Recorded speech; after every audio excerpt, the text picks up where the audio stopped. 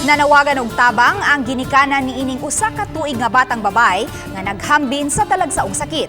Nagkinahanglan kini og operasyon nga sa abroad lang yun himuon, wa pay labot ang nilibong nga kantidad sa mga tambal nga ang uban di sab mapalit sa Pilipinas. Ang report ni Nico Sereno.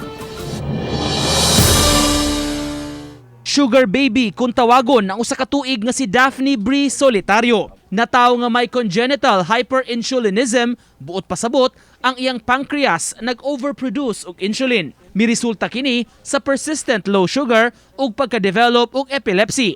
Hinay ang development sa bata ug lisod ang pagpakaon kaniya nga gipaagi sa oral tube. Nagkinahanglan siya og dinali ang operasyon o pancreatectomy nga nagkinahanglang tangtangon ang lesion sa iyang pancreas.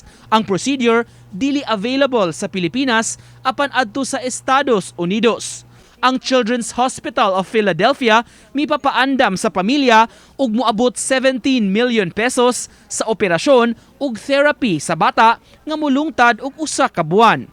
Wa pay labot ang gasto sa paglarga ug pag-istar abroad. Dito dalim, isod kayo kay magandang kunahuna ka sa 17 million. Kapay labot sa mga kuan. Muna inaot lang ko nga matabangan ta ninyo. Maski lang ka nang mawagtangan siya gamay sakit. Kay grabe, basta mag-seizure siya, sakitan man siya. Magpitik siya, sakitan man siya. Yan soka, sakit.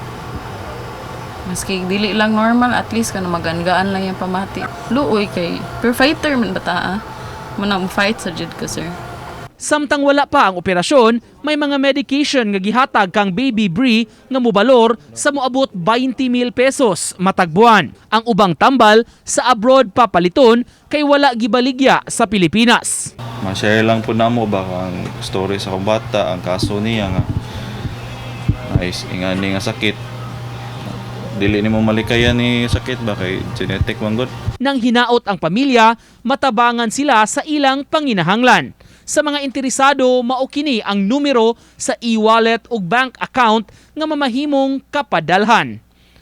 Uban ni Godfrey Relien, Nico Sereno, Balitang Bisdak.